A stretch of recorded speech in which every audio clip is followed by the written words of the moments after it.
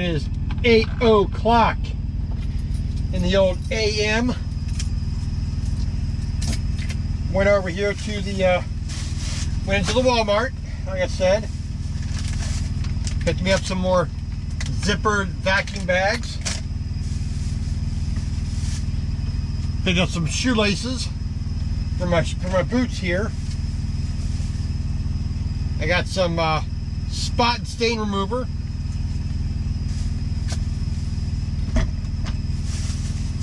You know, to do the carpet, do the mattress and curtains, you know, just clean everything. I do not have a pet, but this is gonna work. It's a steamer, carpet cleaner, whatnot.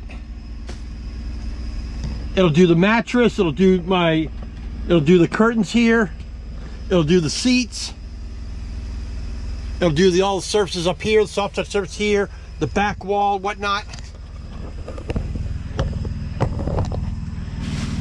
Not necessary to have, but I just want my truck to be clean. You know, I live in here pretty much, so I just want it clean. You know, I'm enough of a problem by myself, so if I have a tool that helps me do that a lot easier, I'm going to use it.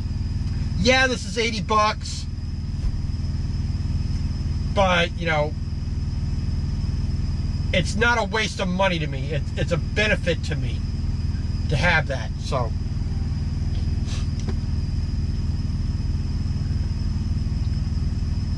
warning, formula contains hydrogen peroxide that may be harmful if misused. Well, if you're misusing hydrogen peroxide, like you're making V2 rockets, you're making buzz bombs with the Nazis, you know, maybe you should be, you know, kept in a little padded room away from other people. Ooh, it's got hydrogen peroxide, big whoop. All these freaking warnings nowadays, you know, don't get it. Oh, and I also picked up another bottle of Rain X. Last night I got me a Marie Callender's pot pie. Got 2 little microwave chicken fettuccine meals, you know, which really regretting that one because those things are disgusting.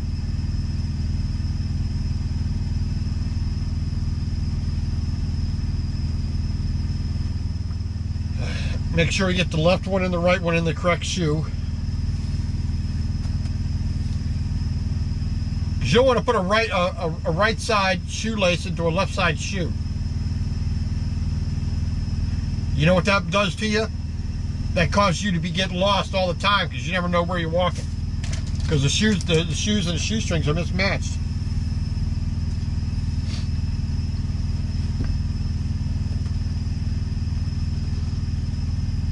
And don't say that's stupid because it's science. It's a provable fact. 97% of all climate scientists, you know, agree. Everybody believes this, so it must be true. I found it on the internet, so it must be true.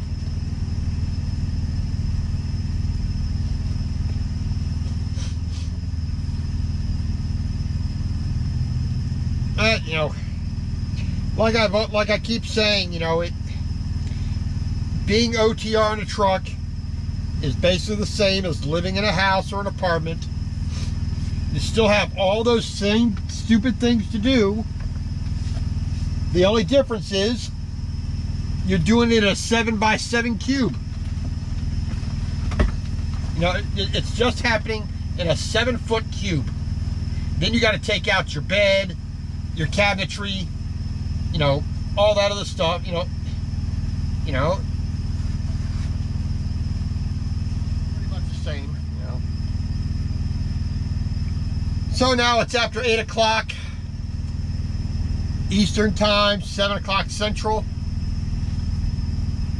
I'm still sitting here awaiting the a direction to go in.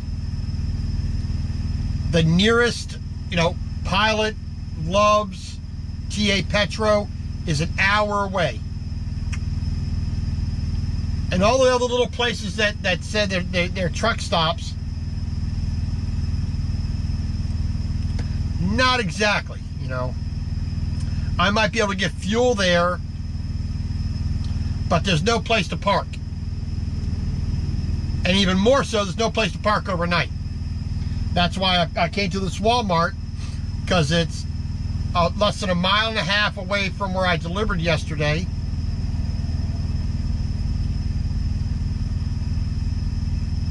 Oh, look at it. It's right up the street.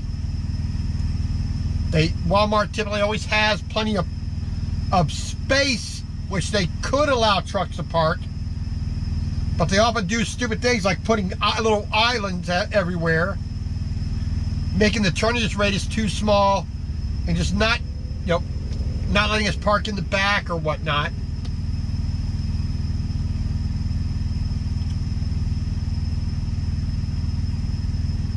But that's the way it is. No sense complaining about something that you can't do anything about.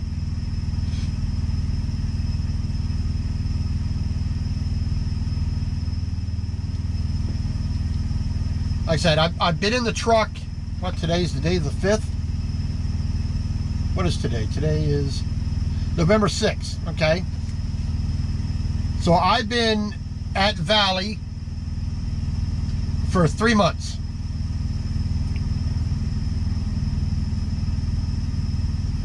August 5th was my start date. August 4th, I got on the airplane from Atlanta to Rochester, Minnesota.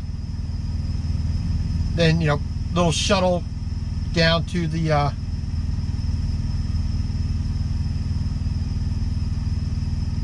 office and bunkhouse, whatnot.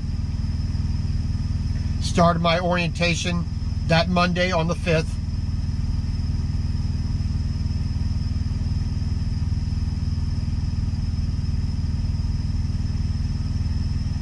And I would say, for the most part, I've been very satisfied and happy with the company.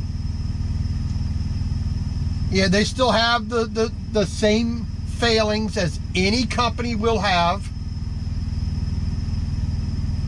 But that's just human nature.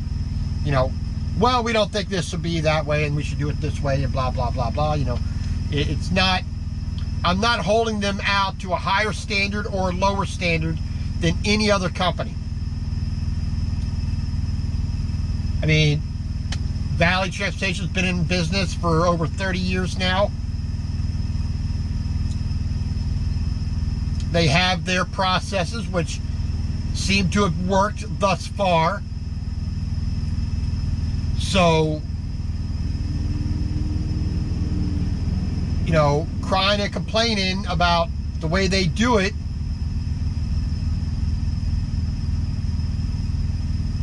not exactly not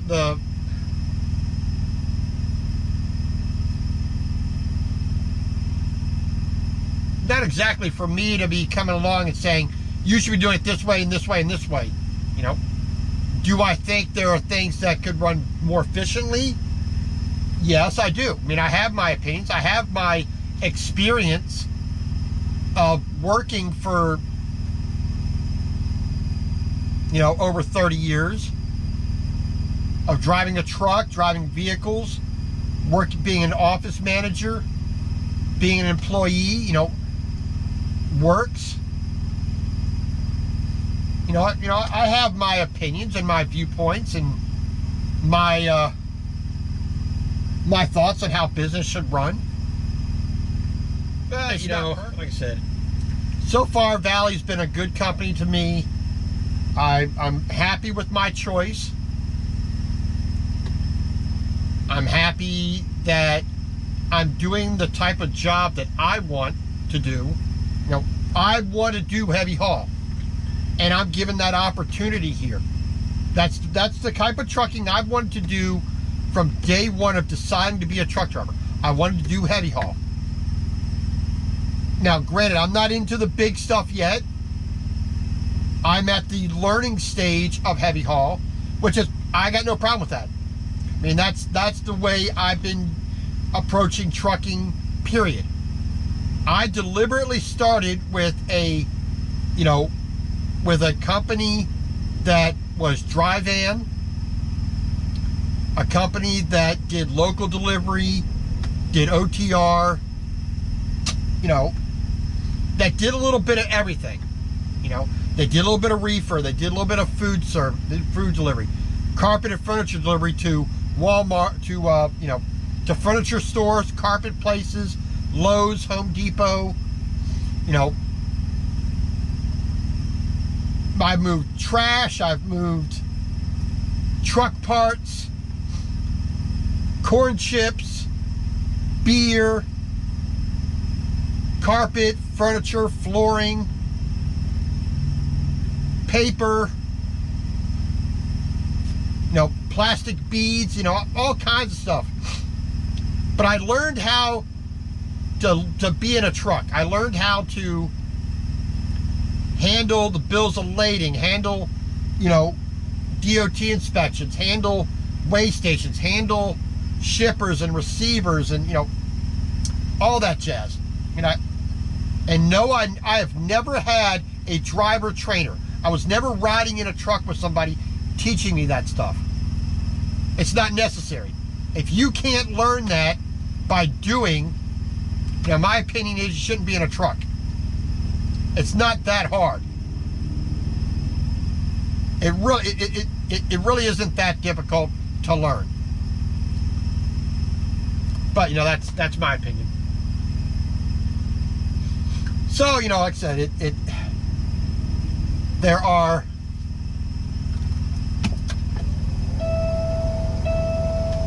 good things about a company and bad things about a company. But I think probably the biggest thing, it's mostly the person holding that job that has the attitude problem. You see it on YouTube with all these a lot of other channels. This company's good, this company's bad. They're doing this wrong, they're doing that wrong. Well, I hated this company because they didn't give me whatever the hell I wanted. Well, they're not obligated to, so, what's your problem?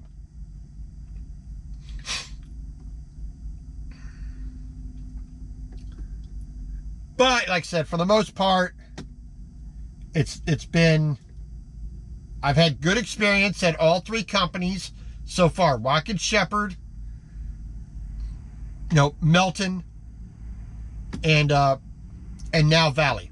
The only problem I ever had with Watkins Shepherd was the fact they were bought out by Schneider, and Schneider just was ruining a good company. They bought Watkins Shepherd because they wanted to get into a niche market. So Maverick does a lot of glass. That's their niche. They do a lot of glass.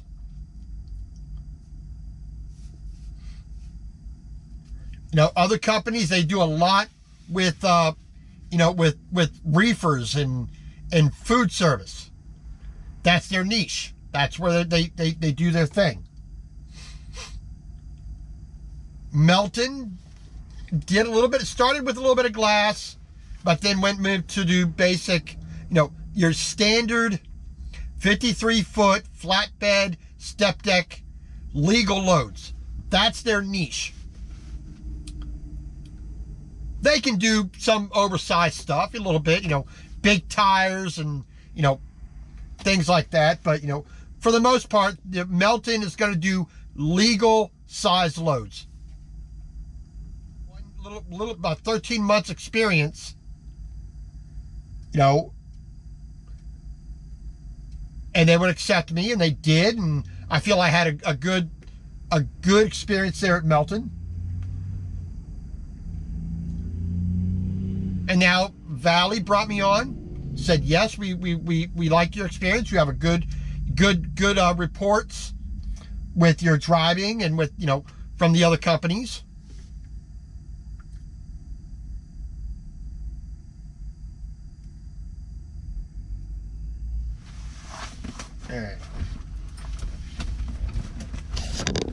All right. right, so, but, you know, not too bad.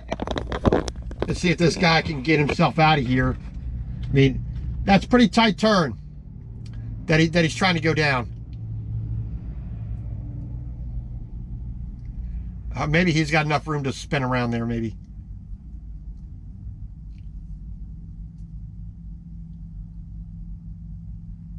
I think he's going to get up on the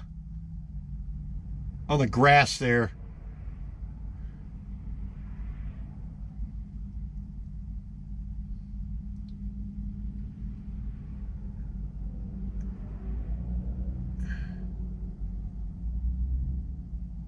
Yeah, maybe. Yeah, there he goes. All right. He got around there successfully. Okay, good. Good. I'm not trying to critique the guy. I'm just seeing, you know, how he's getting out. Because if he can get out, he has a longer truck than I do. Well, maybe almost the same size truck. Yeah, he's just maybe a slightly bit longer than me. He's got a step deck, about the same size, but he's got the forward axles on there. So if he can get out that way, I can get out that way. But I'm going to go to my left here and go out the way I came in.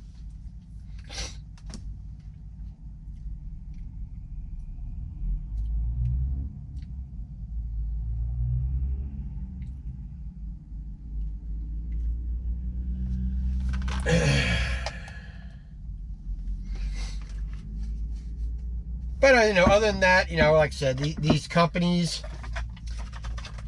it's not exactly, you know, always the company that's screwing you over. I really believe that the vast majority of the time a driver has a problem with a company is because that driver is an idiot. The expectation of the driver is such that, you know, they don't give the company any way to match the expectation that they set. And that's where the problem lies. You know, the company didn't get to be a mega company because they were doing things stupidly. No, they got to be a mega company because they did things correctly up to that point. Now, once you get to be a mega company, that's when the problems start, because people start putting in policies after they got to that size. Then they start being lax with who they hire and, you know, what they do. I mean, Swift didn't become the mega company it is by being stupid. They became stupid after they became a mega company. Then they started hiring morons and people who can't drive because they took their eye off the ball. You know, that's the truth of it right there. You know, CR England, Swift, Crete, you know, Schneider, Prime. They don't become mega companies because they're stupid. They get stupid after they become mega companies.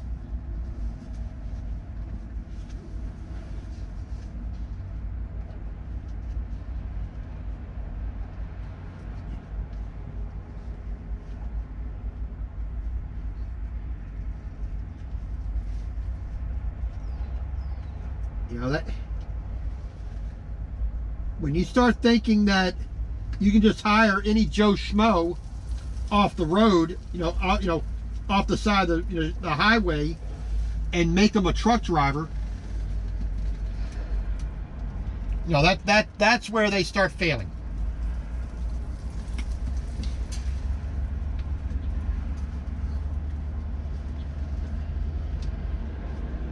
They reduced their standards.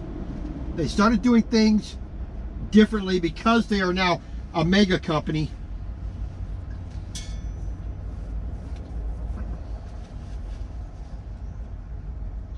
And that's where they start hurting themselves.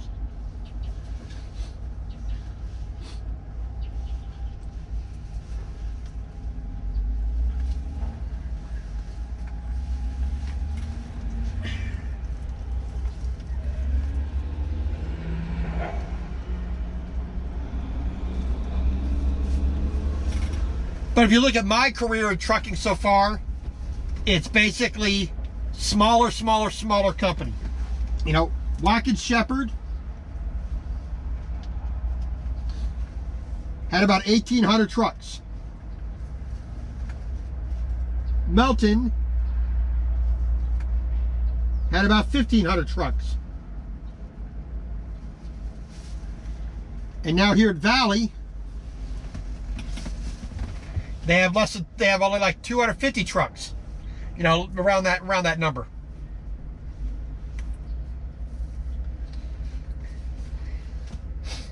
I mean,